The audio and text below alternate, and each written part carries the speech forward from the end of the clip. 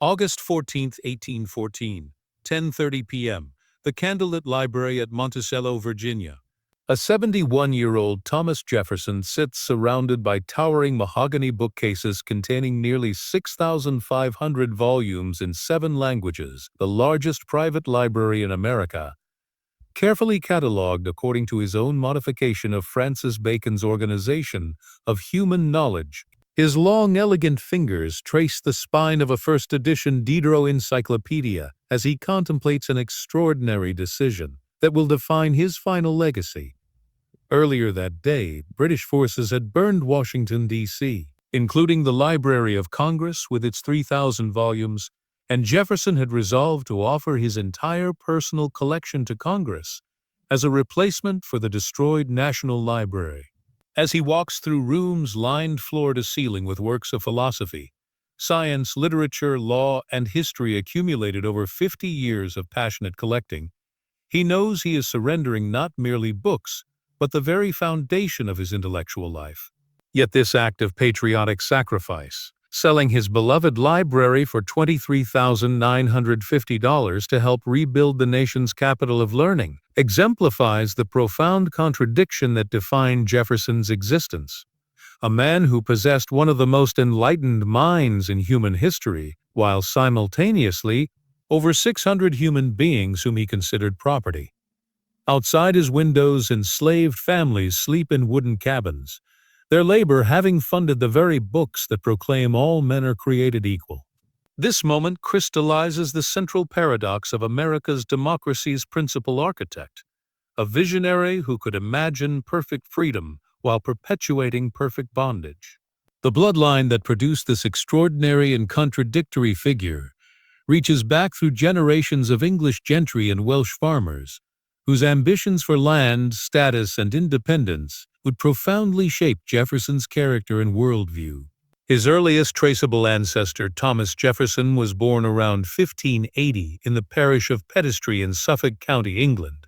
During the final years of Elizabeth's reign, when England was emerging as a major European power following the defeat of the Spanish Armada, this first Thomas lived through the transition from the Elizabethan age to the reign of James I, witnessing the establishment of the first permanent English colonies in Virginia and the beginning of England's transformation into a global empire built on trade, colonization, and the exploitation of both land and labor. Thomas Jefferson of Pedestree married around 1605 and established himself as a yeoman farmer, a member of the substantial rural middle class whose agricultural prosperity and political independence formed the backbone of English society. His son, also named Thomas Jefferson, was born around 1610 and came of age during the tumultuous years leading to the English Civil War, when tensions between King Charles I and Parliament over taxation, religious authority, and royal prerogatives divided the nation into competing camps. This second Thomas witnessed the execution of Charles I in 1649.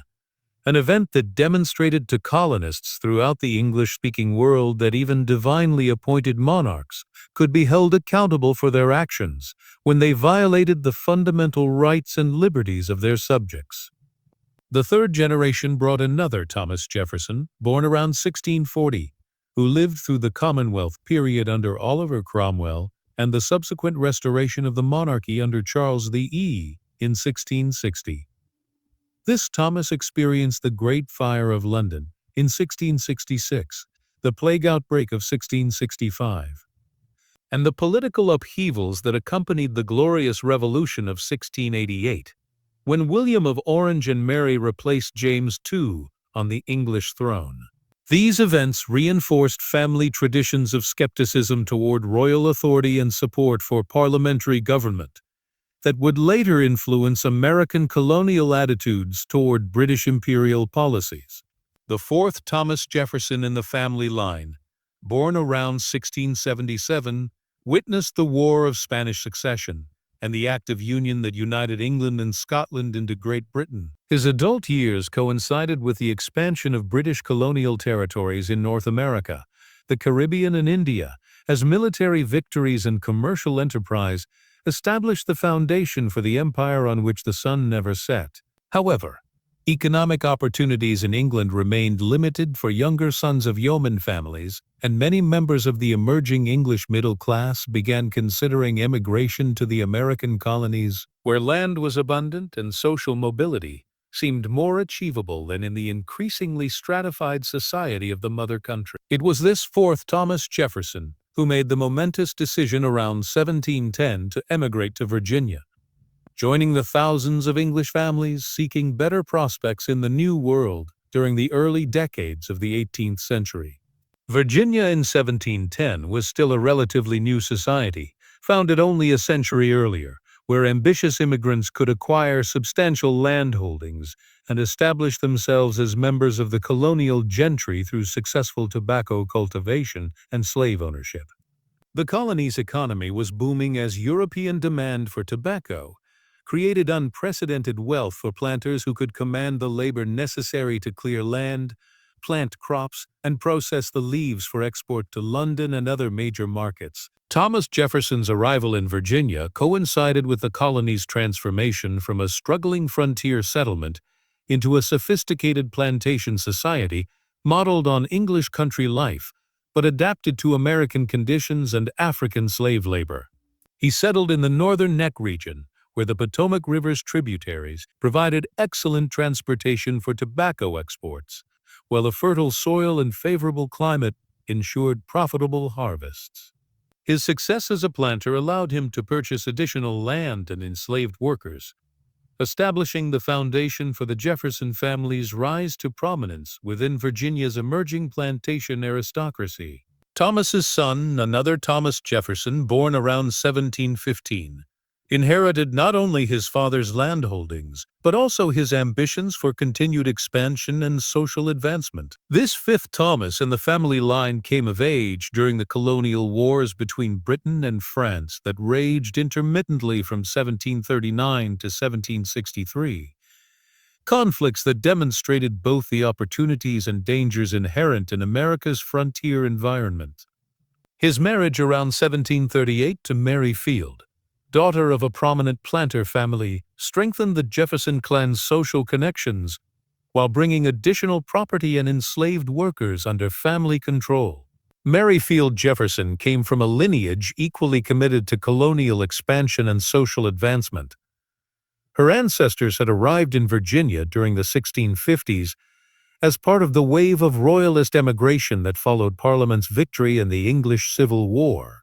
The Field family had prospered through tobacco cultivation, land speculation, and strategic marriages that connected them to other prominent planter families throughout the Chesapeake region. Their success demonstrated how English families could recreate and even exceed their homeland's social distinctions through American opportunities, provided they could command sufficient labor and capital to exploit the continent's abundant natural resources. The union of Thomas Jefferson and Mary Field produced Peter Jefferson, born in 1708, who would become the father of the future president and the most accomplished member of the Jefferson family before his famous son's birth. Peter inherited his ancestors' ambitions for land acquisition and social advancement, but he also possessed intellectual curiosity and technical skills that distinguished him from typical colonial planters.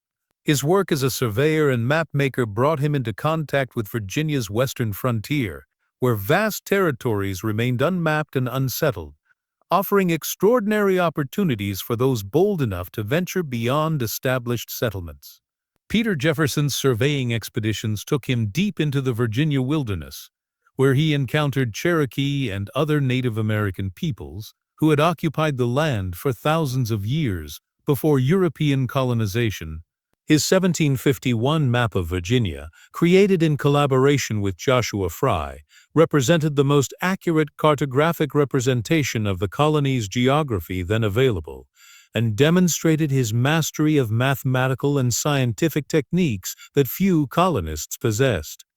This work established his reputation as one of Virginia's leading intellectuals, while providing detailed knowledge of Western lands that would prove invaluable for future speculation and settlement. In 1739, at the age of 31, Peter Jefferson married Jane Randolph, a member of one of Virginia's most distinguished families, whose connections to English aristocracy and colonial politics elevated the Jefferson family's social standing significantly. Jane Randolph was born in 1720, the daughter of Isham Randolph, a wealthy planter who served as adjutant general of the Virginia militia and maintained extensive business relationships with London tobacco merchants.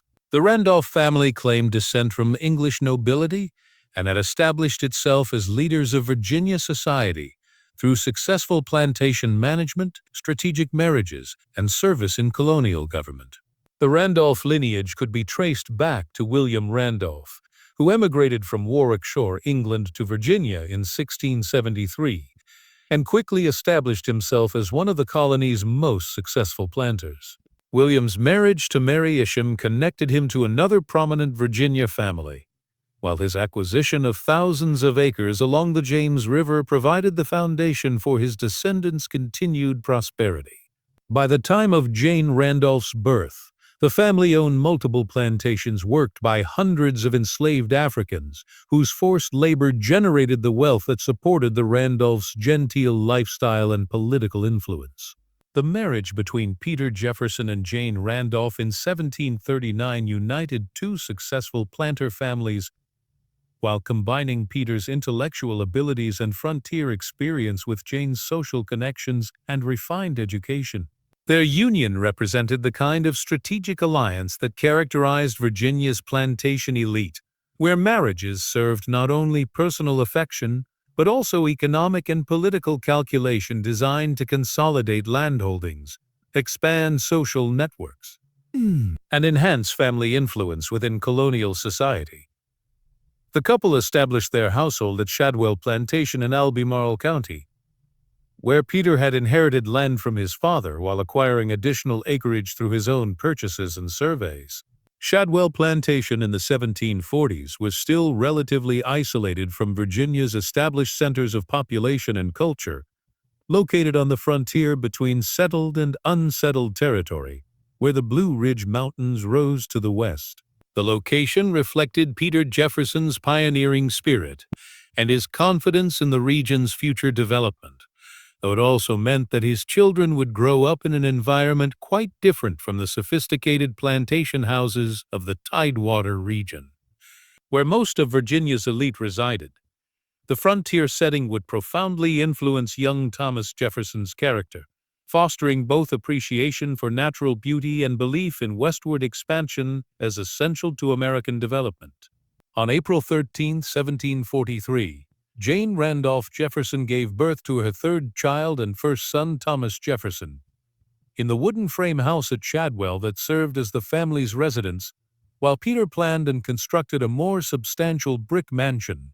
The infant, who would become the primary author of the Declaration of Independence, entered a world where slavery was so thoroughly embedded in daily life that the 40 enslaved people who worked Shadwell Plantation outnumbered the white family members by 8-1. From his earliest memories, Thomas would have been attended by enslaved servants, played with enslaved children, and witnessed the systematic exploitation of human beings whose labor sustained his family's comfortable lifestyle and social pretensions. The Virginia of Thomas Jefferson's childhood was the wealthiest and most populous of Britain's American colonies, with nearly 250,000 inhabitants, whose prosperity derived primarily from tobacco cultivation and the Atlantic slave trade. The colony's plantation elite had created a society that combined English cultural refinement with American abundance, building magnificent houses, importing European luxuries, and educating their children according to classical standards, while depending entirely on enslaved labor for their economic foundation. This contradiction between enlightened ideals and human bondage would shape Thomas Jefferson's entire life, as he struggled unsuccessfully to reconcile his philosophical commitment to human equality with his practical dependence on slave ownership. Peter Jefferson's death in 1757, when Thomas was only 14 years old, thrust the teenager into adult responsibilities while providing him with a substantial inheritance that included approximately 5,000 acres of land and dozens of enslaved people. The inheritance made Thomas one of Virginia's wealthiest young men, but it also bound him permanently to the slave-based plantation system that his moral philosophy would later condemn. His guardians, John Harvey and Peter Randolph, ensured that he received the classical education appropriate to his social position, beginning with local tutors who taught him Latin, Greek, mathematics, and natural philosophy before sending him to the Reverend James Morey's School in 1758. James Morey's school provided Thomas with his first systematic exposure to Enlightenment thought and classical learning that would shape his intellectual development throughout his life. Morey, an Anglican minister with extensive education and progressive ideas, introduced his students to the works of John Locke, Francis Bacon, and Isaac Newton, whose emphasis on reason, empirical observation, and natural law challenged traditional authorities and established new frameworks for understanding human nature and political organization. Under Morey's guidance, Thomas mastered Latin and Greek while developing the love of learning and systematic thinking that would characterize his approach to every subsequent intellectual challenge. In 1760, at the age of 17, Thomas entered the College of William and Mary in Williamsburg, Virginia's capital and largest city, where he would spend 2 transformative years that completed his intellectual formation and introduced him to the wider world of politics, science, and culture. The college, founded in 1693, was the second oldest institution of higher education in British North America and the primary training ground for Virginia's political and religious leadership. Its faculty included some of the most learned men in America, while its location in Williamsburg provided students with opportunities to observe colonial government and interact with visitors from throughout the Atlantic world. Thomas's most influential professor was William Small, a Scottish mathematician and natural philosopher who introduced him to the latest developments in European science and Enlightenment philosophy. Small's approach to education emphasized critical thinking over rote memorization, encouraging students to question established authorities and seek truth through systematic investigation rather than blind acceptance of traditional teachings. Under Small's guidance, Thomas studied mathematics, physics, metaphysics, and ethics while developing the methodical approach to learning that would enable him to master everything from architecture to agriculture throughout his long life. Professor Small also introduced Thomas to George Wythe, Virginia's most distinguished lawyer and classical scholar, who became his legal mentor and lifelong friend. Wythe's law office served as an informal academy where young Virginians learned not only legal principles, but also the broader classical education considered essential for Republican citizenship.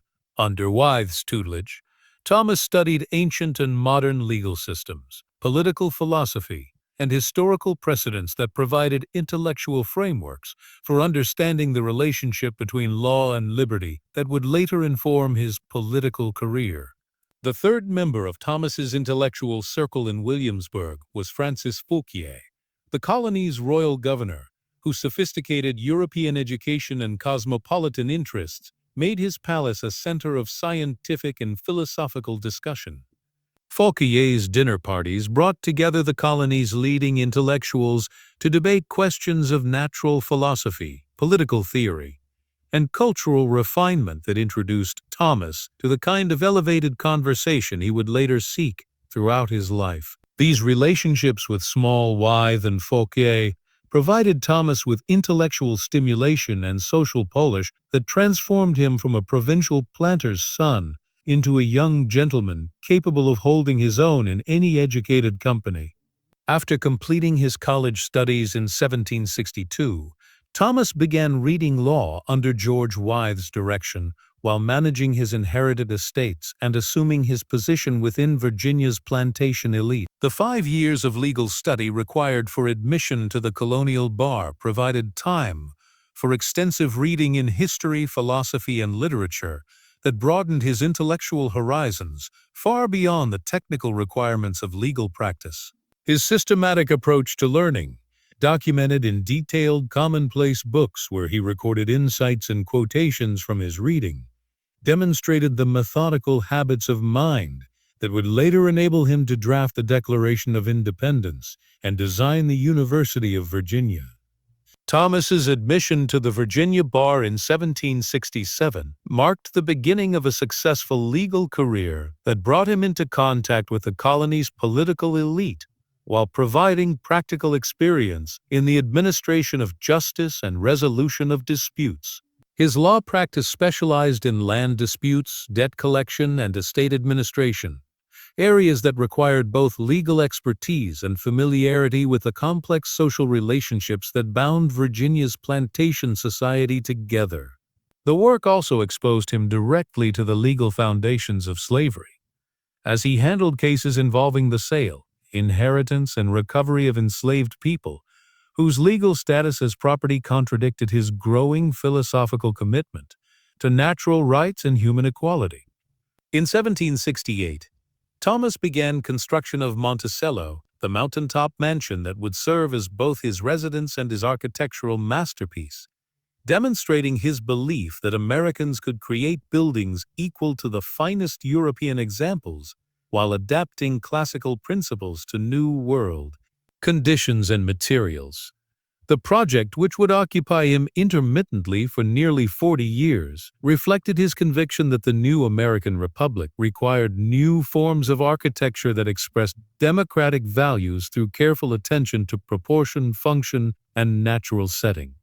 His design innovations, including the use of native materials and integration of advanced mechanical devices, established him as one of America's most original architects, while providing a physical setting worthy of his intellectual and cultural ambitions. Thomas's election to the Virginia House of Burgesses in 1769 marked the beginning of his political career and his emergence as a spokesman for colonial rights against British imperial policies. His first major political statement, A Summary View of the Rights of British America, written in 1774, argued that the American colonies possessed inherent rights that Parliament could not violate regardless of its sovereign authority over the British Empire.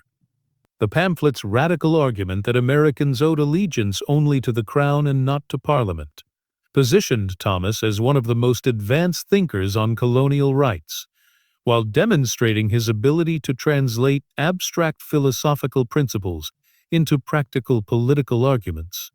The escalating conflict between Britain and the American colonies during the early 1770s provided Thomas with opportunities to apply his classical education and Enlightenment philosophy to the practical challenges of resistance and revolution. His service in the Continental Congress, beginning in 1775, brought him into contact with leaders from throughout America, while demonstrating his exceptional ability to express complex ideas in clear, compelling prose that could mobilize public opinion and articulate shared principles.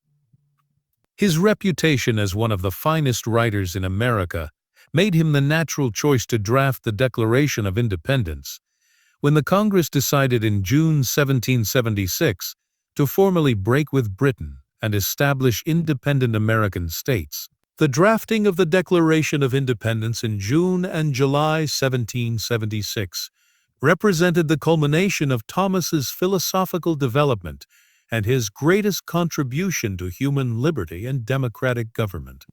Working alone in his rented rooms on Market Street in Philadelphia, he synthesized years of reading in natural law philosophy, classical republicanism, and English constitutional theory into a document that provided both moral justification for American independence and a practical foundation for democratic government. His famous assertion that all men are created equal and possess unalienable rights to life, liberty, and the pursuit of happiness established principles that would inspire liberation movements throughout the world, while creating standards of justice that America itself would struggle to. The Declaration's influence extended far beyond its immediate purpose of justifying American independence to provide an intellectual framework for democratic revolutions in France, Haiti, Latin America, and other regions where people sought to overthrow tyrannical governments and establish institutions based on popular consent and individual rights. Thomas's synthesis of Enlightenment, philosophy, and American experience created a universal language of human rights that transcended national boundaries, while providing practical guidance for constructing governments that served popular rather than elite interests. The document's continuing relevance as a statement of democratic principles demonstrates the enduring power of Thomas's vision and his ability to express timeless truths in memorable language. However, the Declaration's promise of universal human equality stood in stark contradiction to Thomas's personal dependence on slave labor and his failure to extend its principles to the enslaved people who made his lifestyle possible. While he included a condemnation of the slave trade in his original draft, Congress removed this passage at the insistence of South Carolina and Georgia delegates, who refused to support independence if it threatened their human property. This compromise between liberty and slavery would haunt American democracy for nearly a century, while demonstrating the tragic limitations of even the most enlightened leaders when their principles conflicted with their economic interests and social prejudices.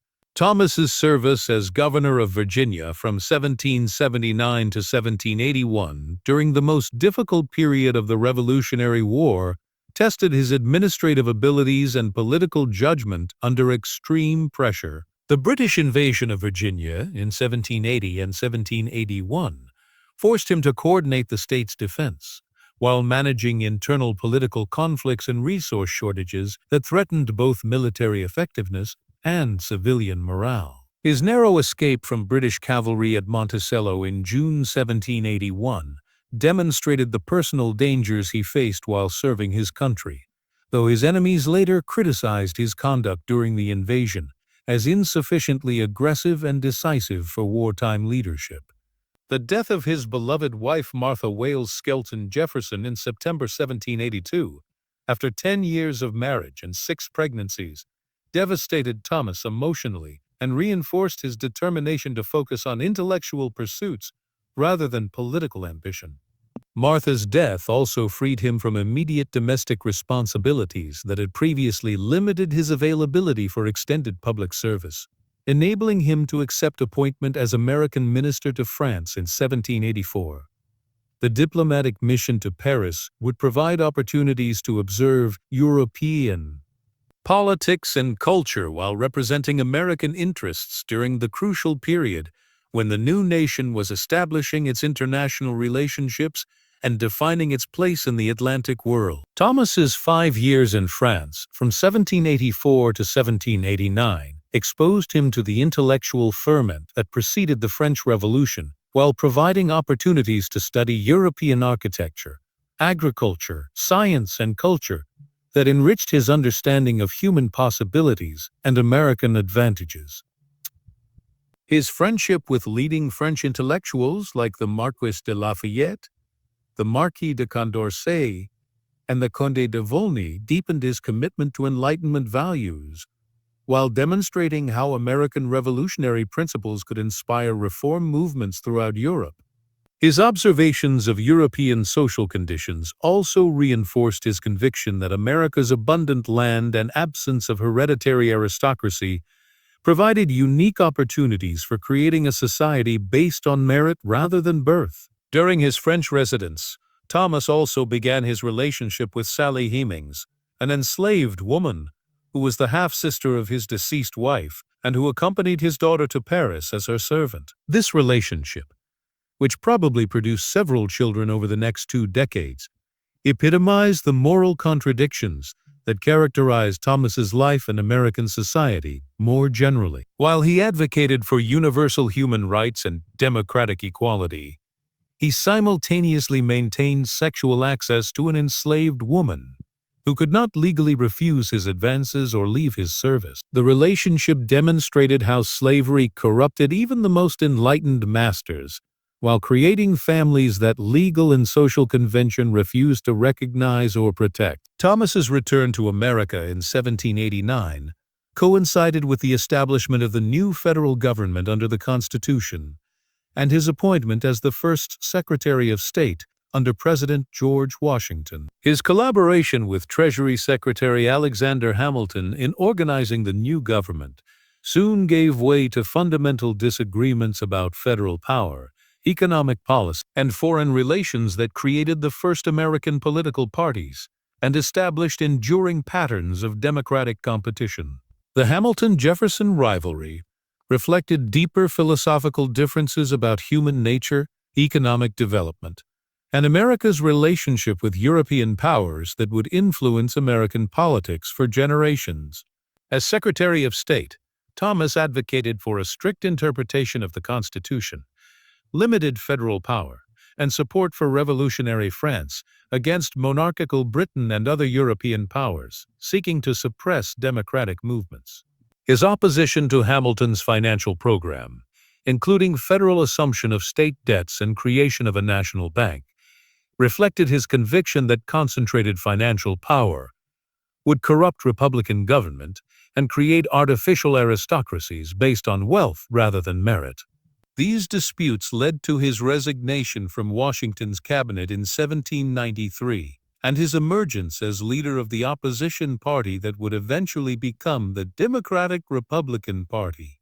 Thomas's election as vice president in 1796 under John Adams provided him with opportunities to observe federal government operations.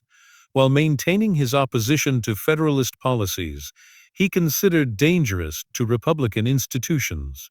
His secret authorship of the Kentucky Resolutions in 1798, which argued that states could nullify unconstitutional federal laws, demonstrated his willingness to resist what he considered tyrannical legislation even at the risk of dissolving the Union. The Alien and Sedition Acts passed by the Federalist Congress convinced him that Hamilton's party sought to establish a monarchical government through the gradual erosion of constitutional limitations and popular rights.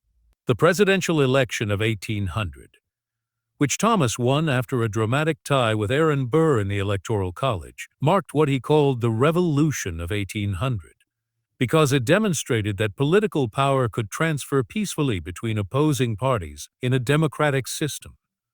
His inaugural address emphasized reconciliation and constitutional government, while promising to preserve both federal unity and state rights through strict adherence to constitutional principles. The peaceful transfer of power from Federalists to Democratic Republicans established crucial precedents for democratic government, while validating the framers' conviction that popular elections could resolve political conflicts without violence or constitutional crisis.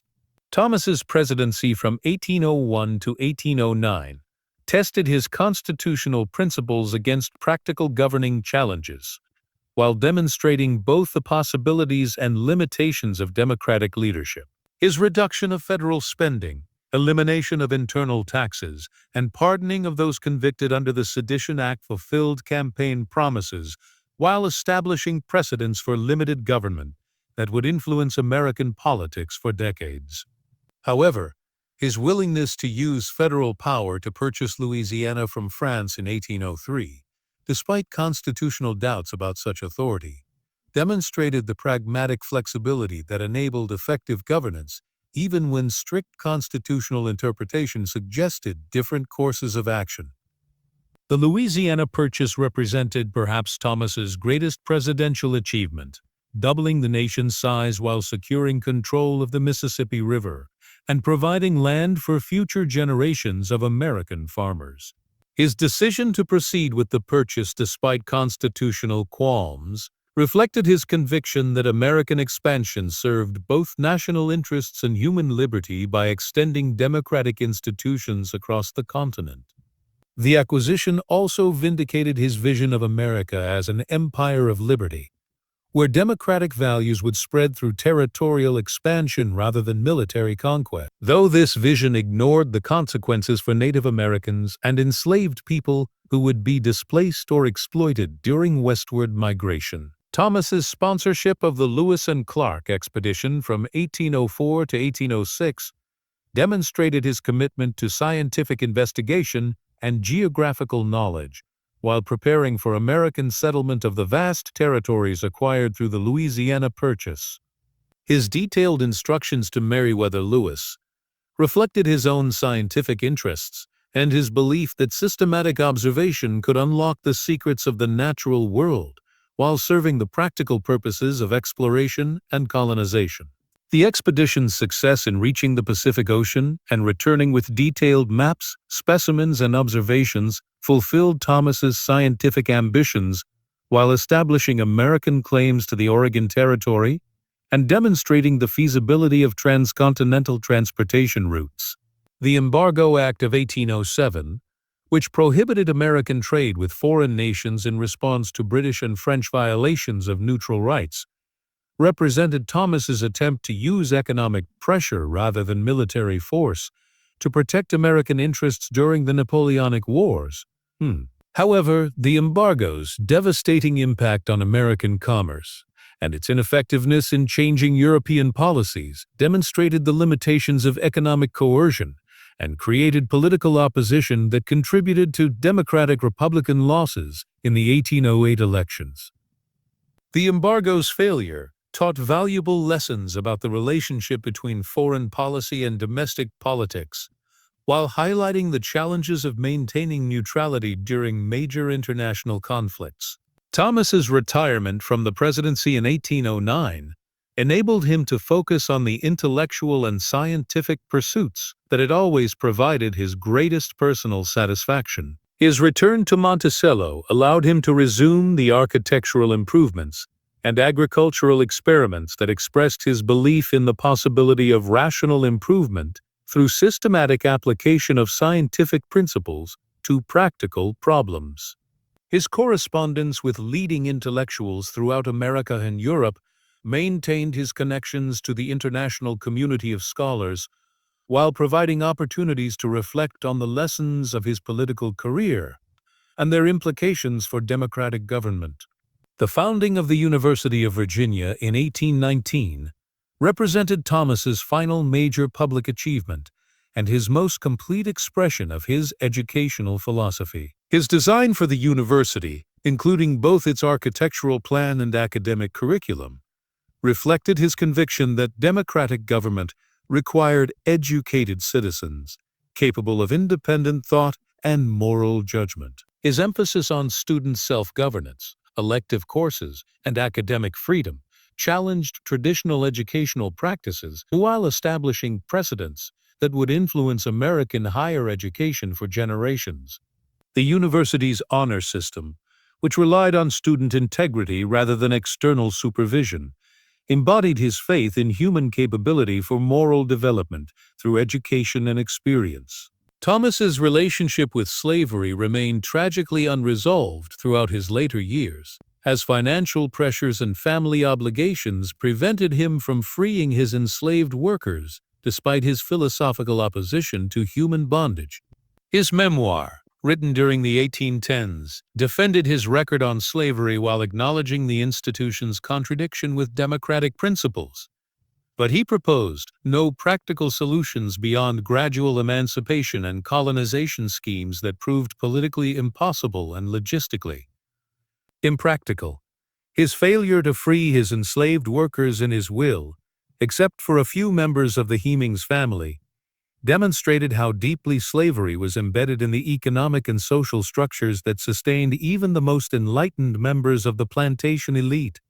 The Missouri Compromise of 1820, which temporarily resolved the crisis over slavery's expansion into new territories, alarmed Thomas because it demonstrated how the institution he had hoped would gradually disappear was instead becoming the central issue dividing American politics. His famous observation that the Missouri question awakened him, like a fire bell in the night, reflected his recognition that slavery threatened the Union's survival, while acknowledging his own generation's failure to resolve the contradiction between freedom and bondage that they had bequeathed to their successors. The compromise's temporary character suggested that future generations would face even more difficult choices between preserving the Union and eliminating slavery. Thomas's final years were marked by financial difficulties that threatened his ability to maintain Monticello and provide for his family, demonstrating how even the wealthiest Americans could face economic ruin through overextension and poor investments. His dependence on enslaved labor and slave-based agriculture made him vulnerable to market fluctuations and economic cycles that he could not control, while his expensive lifestyle and generous hospitality created obligations that his agricultural income could not sustain. The irony that the author of the Declaration of Independence faced possible bankruptcy and loss of his beloved home illustrated the economic contradictions of a society built on forced labor and land speculation. On July 4, 1826, the 50th anniversary of the Declaration of Independence, Thomas Jefferson died at Monticello at the age of 83, just hours before John Adams passed away at his home in Massachusetts. The remarkable coincidence of these deaths on Independence Day seemed to contemporaries a sign of divine providence, as the two men who had played crucial roles in founding the American Republic departed together on the anniversary of their greatest collaboration. Thomas's last words, "Is it the 4th?" demonstrated his continued awareness of the historical significance of the day, while his peaceful death suggested that he had achieved the classical ideal of a life well lived despite its contradictions and failures. The complex legacy of Thomas Jefferson continues to challenge Americans to reconcile the inspiring ideals he articulated with the practical compromises and moral failures that characterized his personal life and political career. His vision of democratic government, based on popular consent and individual rights, provided intellectual foundations for American democracy while inspiring liberation movements throughout the world. However, his failure to extend these principles to enslaved people and Native Americans demonstrated the limitations of even the most enlightened leaders when their ideals conflicted with their interests and prejudices. The bloodline that produced Thomas Jefferson, tracing back through generations of English gentry and Virginia planters, culminated in an individual whose intellectual achievements transcended his family's previous accomplishments, while remaining constrained by the social and economic structures they had helped create. His transformation from a provincial planter's son into one of history's greatest advocates for human liberty and democratic government demonstrated the potential for extraordinary achievement within American society. Yet his dependence on slave labor and failure to resolve the contradiction between his ideals and his practices illustrated the tragic limitations that prevented even the most gifted individuals from fully transcending the circumstances of their birth and education. Thomas Jefferson's life story represents both the highest aspirations and deepest contradictions of American democracy, as he simultaneously articulated the philosophical foundations for human equality, while personally perpetuating systems of racial oppression that denied those principles to millions of his fellow human beings. His intellectual achievements in law, politics, architecture, science, and education established him as one of the most accomplished individuals in American history, while his moral failures regarding slavery and Native Americans demonstrated that genius and enlightenment could coexist with profound blindness and injustice. The continuing relevance of both his ideals and his contradictions makes Thomas Jefferson perhaps the most complex and challenging figure in American history, whose legacy demands both admiration for his contributions to human liberty